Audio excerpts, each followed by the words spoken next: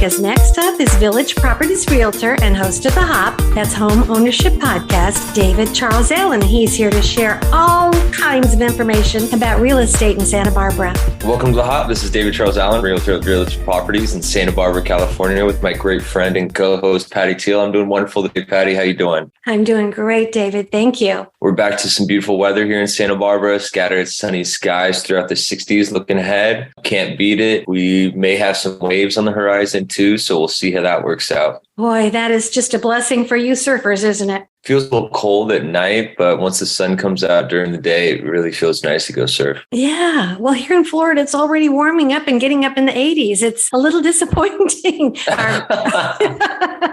Our winter seems to be ending, although I do hear it's going to be a little cooler this weekend. So I'm looking forward to that. That's good. Yeah, all the bluebirds are going to stay there a couple more months until they come back. Right. And then in terms of how the interest rates performed, we're at 5% for 30-year jumbo, which hasn't changed since last week, and then 5.65% for 30-year conforming. So a little bit of better interest for conforming. Yeah, I think I remember it was 5.75 last week. So just slightly down. Slightly down, not a huge difference, but hey, anyone will take it. Absolutely. And then in terms of how the statistics have performed, we had 32 new listings, 3 price changes, 20 that closed, 25 that went pending, 3 that were coming soon, and 6 that were back on the market. So 6 back on the market is pretty substantial in terms of the contracts not performing all the way through, and then a little buildup of the supply as well, a little less pendings, and there are new listings.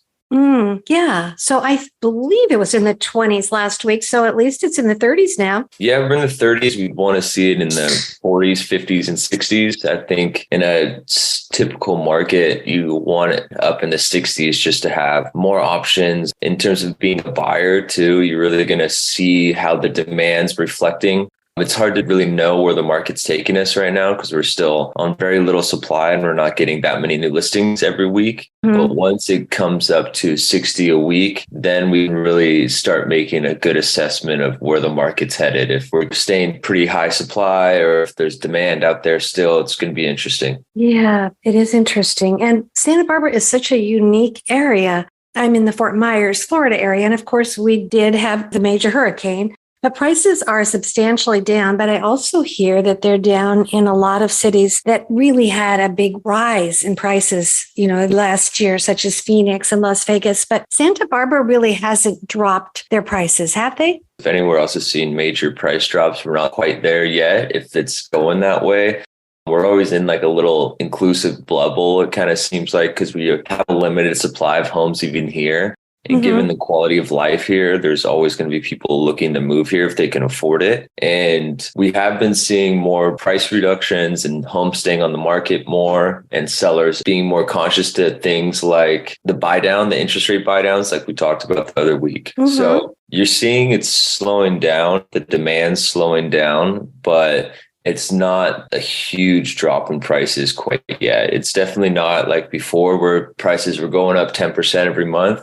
It's more of a balanced level market, and you can definitely get price reductions off the asking price depending on what the home is. And it's just hasn't hit quite yet. That's why I kind of brought up once we see 60 new listings a week, then we'll see the real reflection of how the market's doing here. Right. And I know I'm always asking you to look into your crystal ball, and I know you can't do that, but they are going up. So do you have a prediction of when it will get to that point of having more homes on the market in that 50, 60 range? It's usually seasonal in terms of real estate. This is kind of like the slow couple months. Like we had just had the holidays, we have the new year. Once it starts being in spring, early summer, that's typically when new homes start coming up. Usually it's January, mid-January, but it's kind of slowed down. We're still only seeing 30. So you think February come March, if we're not seeing that 40, 50, 60 range, then it goes back to people being kind of stuck where they are because of the interest rates and then being at historically, maybe they refinance at 3%. And if they move, they have to go to up to 6%. So then it kind of starts showing once we get into a normal period where we're supposed to see more, then it will show again, how is the market reflective of everything that's happened in the past? Right. Yeah. So maybe this spring we'll see a big difference in the number of houses for sale. That's what we all are hoping for. Yeah, I think that's the hope for people that are looking to buy and people that are looking to sell. Maybe it's a good time to sell now before more competition comes on. You just really don't know. Oh, that's a good tip. Right. If people wanted to get a hold of you on that note, how would they do that? Yeah, my number is 805-617-9311 and my email is david@davidcharlesallen.com. Thank you, David.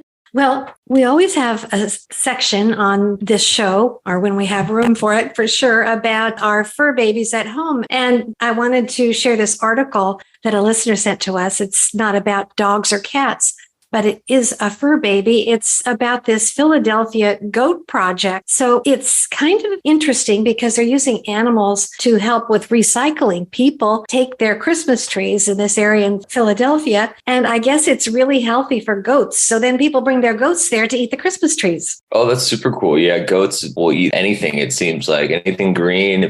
There's a Ellings Park. They bring in the goats and the sheep and they'll clear out like huge swaths of the hill. So, oh, is that right? So they're doing something similar in Santa Barbara. Yeah, I think there's big business in that. Like if you want to have a natural way of some animals clearing your land and then they also fertilize it while they do it. So, right.